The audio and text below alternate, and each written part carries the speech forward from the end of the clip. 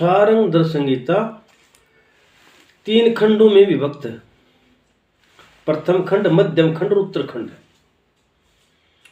और इसमें ग्रंथ की संख्या है 32 अध्याय और इसमें 2600 श्लोक है, 2600। अगर एक विद्यार्थी 1 श्लोक, 2 श्लोक, 3 श्लोक, 4 श्लोक रोज अध्ययन करे विधि पूर्वक, तो देखो कितने दिन में वो पारंगत विद्वान हो जाता है। इसलिए नियम से जिस पुस्तक को भी पढ़ें, शुरू से लेकर अंत तक आराम से पढ़ें। अपन भगवती को, माँ सरस्वती को, श्री गणेश जी को, भगवान शंकर को, इनको ध्यान में रखकर और अध्ययन करें, अध्यापन करें, बिल्कुल सुनवाए। और इसमें जो कहा है सुने, रोग निश्चय पूर्वक चिकित्सा हेतुवादी रूप आकृति सातम्य जाति भेद समीक्षा आतुर सर्व रोगान। जिस प्रकार सारंगधर संहिता में कहा है, वैसे ही माधव निदान में कहा, निदानम पूर्व रूपाणी रूपाणी उपशय तथा प्राप्ति स्थिति विज्ञान रोगाणम पंचधा स्मृतम।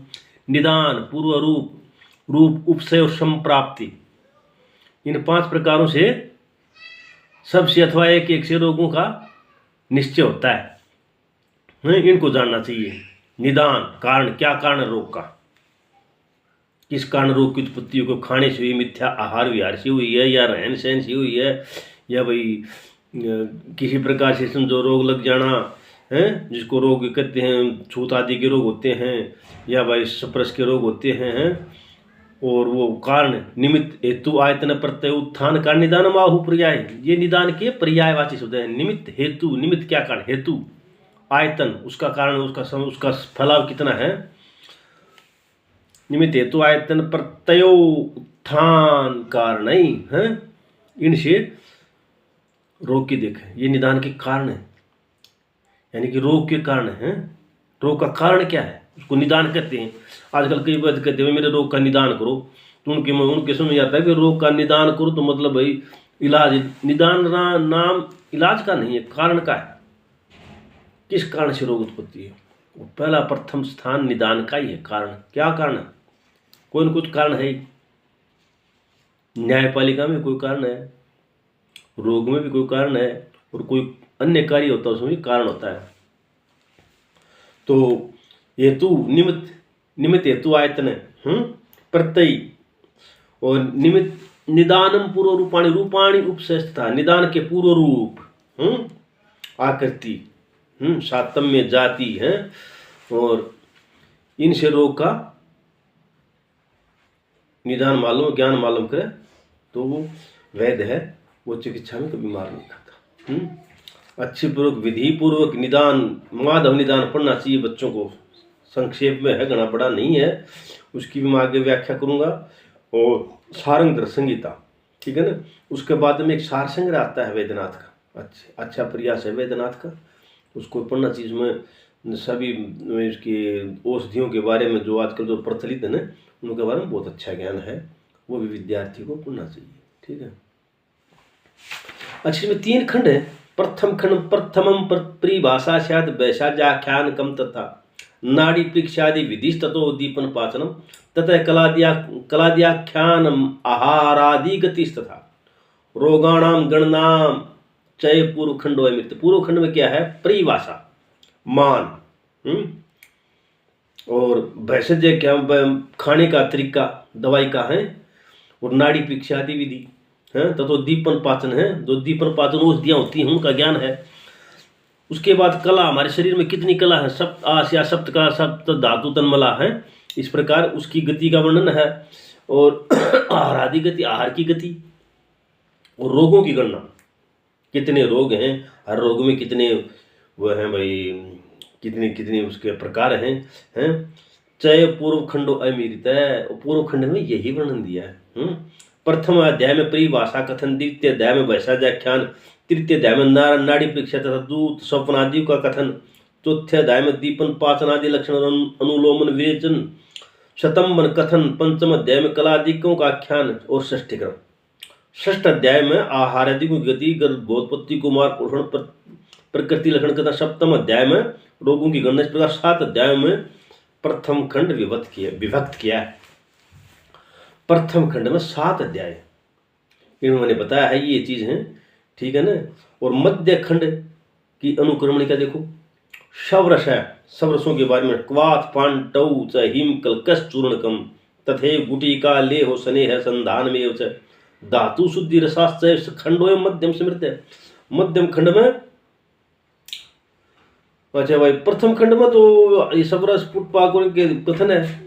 मध्यम खंड के प्रथम खंड में शवरस कवात पुटपाक का विधान है। ये शवरस है, कवात काढ़ा है, फांट, और दूसरे अध्याय में काढ़ा पर मथा खीरपा करने की विधि है। तीसरे अध्याय में फांट व मंथन विधि कथन। चौथे अध्याय में हिमादि कथन। पांचवें अध्याय में कलक कथन। छठवें अध्याय में चूर्ण कथन। सातवें अध्याय में गुटिका कथन। आठवें अध्याय में अवलेह कथन। और नवें अध्याय में घृत और तेलिन का कथन। इनमें 10वें अध्याय में मध्यभेद यानी आसवरिष्ठों का ज्ञान है। 11वें अध्याय में रस व उपरस इनका शोधन मारण और सिद्ध रसों को कहा है। इस प्रकार 12 अध्यायों में मध्यम खंड है। 7 अध्यायों में तो प्रथम खंड है और 12 अध्यायों में मध्यम खंड है। इसमें भाई शवरस क्वाथ फांट हिम कलक चूर्ण गुटिका गुड़ी ये बटी बनाना अवले, जिस प्रकार भाई च्यवनप्राश अवले रंडपाक इस तरह है। और इस प्रकार की 12 अध्याय में है। फिर उत्तरखंड, स्नेहपानम सवेद विधिर्वमनश्च विरेचनम ततस्तु स्नेहवस्ति स्यात् ततश्चापि निरोहणम ततश्चाप्युत्रोवस्ति ततो नश्यर विधिर्मतः धूमपान विधिश्च गंडूसादि विधिश्च था। ये आपको जो आगे पढ़ते जाओगे तो अपने आप ज्ञान होता जाएगा। लेपादि नाम विधि ख्यातस्तथा शोणित विश्रुति नेत्र क्रम प्रकर्ष खंड शायद उत्तरस्तु वयम। प्रथम अध्याय में स्नेहपान विधि, द्वितीय अध्याय में सवेद विधि, तीसरे अध्याय में वमन विधि, चौथे अध्याय में विरेचन विधि, 5वें अध्याय में स्नेह बस्ती, 6वें अध्याय में निरूहण बस्ती, 7वें अध्याय में उत्तर बस्ती, 8वें अध्याय में नश्य विधि, 9वें अध्याय में धूमपान विधि वर्ण धूपन और ग्रह धूपन विधि, 10वें अध्याय में गंडूसादि विधि, 11वें अध्याय में लेपादि विधि, 12वें अध्याय में रक्त बोक्षणादि, 13वें अध्याय में नेत्र क्रम प्रकार। इस प्रकार 13 अध्यायों में उत्तरखंड कहा गया है। 7 अध्याय तो प्रथम खंड के और 12 अध्याय मध्यम खंड के और 13 अध्याय उत्तरखंड के। द्वात्रिंशत् संहिता अध्याय युक्त संहिता स्मृता। द्वात्रिंशत् 32 संहिता अध्याय युक्तयम संहिता स्मृता। ये संहिता है, जाननी चाहिए। 26 स्थानीयतर यत्र है, जिसके अंदर 26 श्लोकों 26 स्थानी यत्र श्लोका नाम गणितानी च, श्लोकों की गिनती है। तो इस प्रकार से ये मानो आप इसका सारंग दर्शन गीता का वर्णन चलेगा। और मैं भाई ज़्यादा टाइम नहीं लेते क्योंकि मेरे को ज़्यादा बोलने का वो भी नहीं है, क्योंकि वो तो भाई बड़े बड़े विद्वान हैं, उनका वो है अभ्यास है और मैं प्रथम ये अभ्यास कर रहा हूँ। इसके बाद मैं माधवी निदान का वर्णन करूँगा, जिससे रोगों के बारे में जानकारी हो। और फिर उसके बाद में वैसे रत्नावली भाव प्रकाश इनकी मैं अनुवाद करने की कोशिश करूँगा। आशा आप मेरा ध्यान से सुनेंगे और मेरी जो गलती हो तो क्षमा करेंगे। धन्यवाद। नमो नारायण।